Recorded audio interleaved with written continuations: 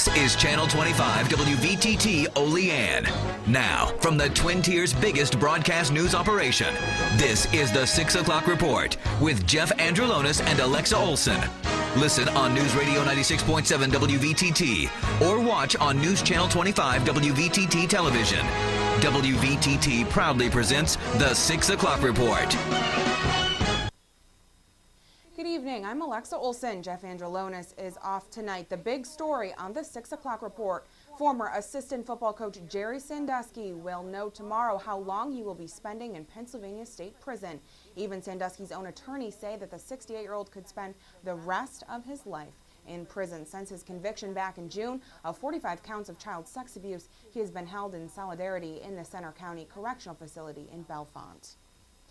This weekend, congressional candidate Nate Shinagawa held a rally in Lincoln Park in Olean to speak with the Stand for American Worker rally just days after Daltile negotiations fell through. Shinagawa and other local labor leaders at the rally echoed the concern over the free trade agreements that are hurting the manufacturing industry of the Southern Tier. Shinagawa says that his heart goes out to the families across the district that are hurting from manufacturing job losses. Shinagawa added that local Republicans and Democrats tried to step in to negotiate with Daltile while Congressman Reed stood by the sidelines. WVTT reached out to Congressman Reed, who released this statement about the Daltile company. He said, "Our thoughts are with the families impacted by Daltile's decision to consolidate in Pennsylvania. Our well-educated workforce in Western New York has a work ethic that is second to none. We will stand with our workers and aggressively seek other companies that recognize the quality of our local workforce to replace Daltile. We will also continue to fight for tax, regulatory, and energy policies which will strengthen and encourage manufacturers to expand rather than contract."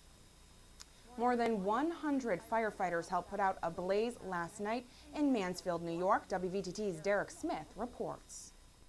After spotting smoke arising from the windows, the volunteer fire chief of Mansfield retrieved to his fire truck. As soon as he returned, the whole barn was engulfed, according to town clerk Robert Keese. By the time he could get back here with a fire truck, he had called in the fire. It had broken through the roof, and the whole building was actually pretty much engulfed at that point in time. It was the Highway Department barn of Mansfield, a small community in Cattaraugus County, and it was finally extinguished after midnight, destroying brand new equipment such as plow trucks, loaders, and graders. It's an incident Key says you have to look on the bright side.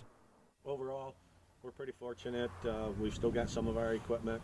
We've got good insurance, and I'm very optimistic that we'll get through the winter okay. And if we don't get it rebuilt this fall yet, we'll rebuild in the spring. And the blaze took 6 hours to extinguish and 11 fire companies to help.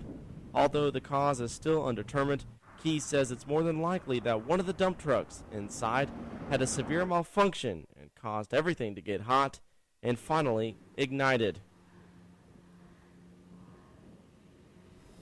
In Mansfield, I'm Derek Smith with News Channel 25, WVTT. And another fire, this one in Andover, New York, that happened yesterday afternoon. Firefighters from several departments responded to battle a fire that destroyed a barn at 3826 Barrett Hill Road. No one was hurt in that fire. A Westchester man was accidentally shot in the leg by his friend while camping near Tracy Ridge campgrounds, on the Allegheny National Forest early Saturday morning. According to Kane Bay State Police, around 1:40 in the morning on Saturday, 24-year-old James Ferry was lying in his tent when the pistol he had with him misfired, shooting through his tent and hitting his friend Brian Lawler in the thigh.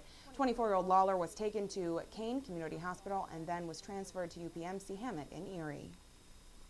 An Attica inmate is facing more charges tonight after trying to smuggle in drugs. New York State Police say that 31-year-old Shanken Gordon was found in possession of heroin and marijuana that was wrapped in latex and plastic. He is facing charges of promoting prison contraband in the first degree, among other charges. Authorities are on high alert with a number of methamphetamine labs on the rise in Allegheny County, Potter County, and McKean County. Allegheny County has the most, with almost 6 different lab raids just this year. One just off Main Street in Wellsville that was busted back in March, and one meth lab actually blew up in Andover this past June. During a press conference held last week by New York State troopers, police say that residents should be on the lookout and familiarize themselves with the substances that are used in cooking the drug, which according to police is fairly simple. They should be on the lookout so that they can alert police if they see any signs. A Buffalo courthouse will be named after a famous Supreme Court justice who was a Jamestown, New York native. U.S. Senator Kirsten Gillibrand and Charles Schumer announced last week that President Obama has signed their bill into law to name the Buffalo Federal Courthouse after Robert Jackson, the distinguished Supreme Court justice raised in Jamestown, New York. He was made famous for his role as chief prosecutor in the international Nuremberg trials. Gas prices in New York are climbing, but prices are higher in California, where gas is reaching almost $5 a gallon. Gas in the southern tier has been hanging around $4 for the past couple of weeks. A WVTT camera crew visited the 7-Eleven on West State Street to find that gas is about $4.06 a gallon. And the Dalai Lama is in Syracuse at my alma mater, Syracuse University. He spoke at an event today, and tomorrow there's going to be a world concert where the Dalai Lama will speak. Other featured artists include Dave Matthews, Cyndi Lauper, and Natasha Bedingfield, to name a few. More news coming up next. This is News Channel 25 WVTT.